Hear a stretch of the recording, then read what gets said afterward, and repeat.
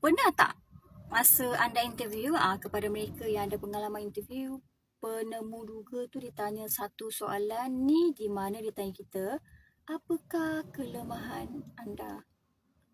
Soalan ni macam soalan perangkap tau. Apakah kelemahan saya?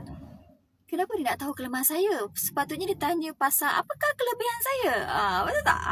So kat sini antara poin-poin yang kenapa penemu duga tu tanya soalan apakah kelemahan anda. Dia nak tengok adakah kelemahan anda ni ada kaitan dengan job scope anda. Contohnya kalau anda nak minta kerja sebagai sales dan anda mention kat sana kelemahan saya adalah saya tak boleh nak work under pressure. Anda tak boleh nak work under pressure sedangkan anda nak minta kerja tu jawatan dia ialah sales. Macam tak kena je.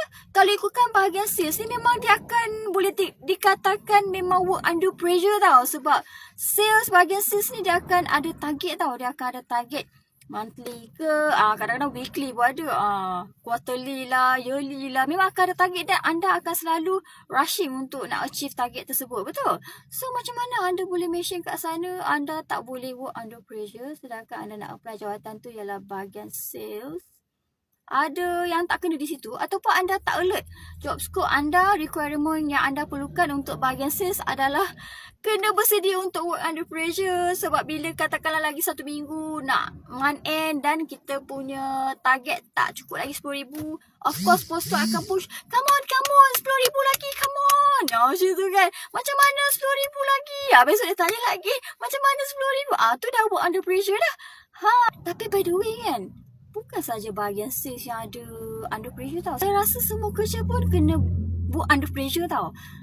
Tak semestinya bahagian sales sebab kerja kita sehari-hari ni dia mesti akan ada benda yang ada deadline, macam payment deadline, and then macam kita punya order deadline, macam kita punya stok pun mesti ada deadline. Saya rasa semua bahagian jawatan kerja ni dia akan ada under pressure juga.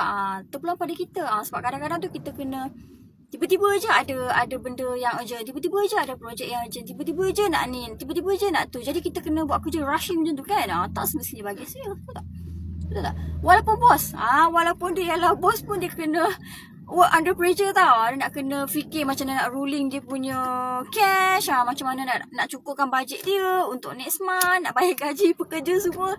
Walaupun dia bos, dia bukan goyang kaki tau. Dia pun kena ada requirement untuk work under pressure. Kadang-kadang yelah kita sales ni kadang-kadang up and down kan. Bila masa down tu dia kena banyak fikir, dia kena banyak atur strategi macam mana dia nak handle kita punya outgoing payment kan. Macam benda-benda kita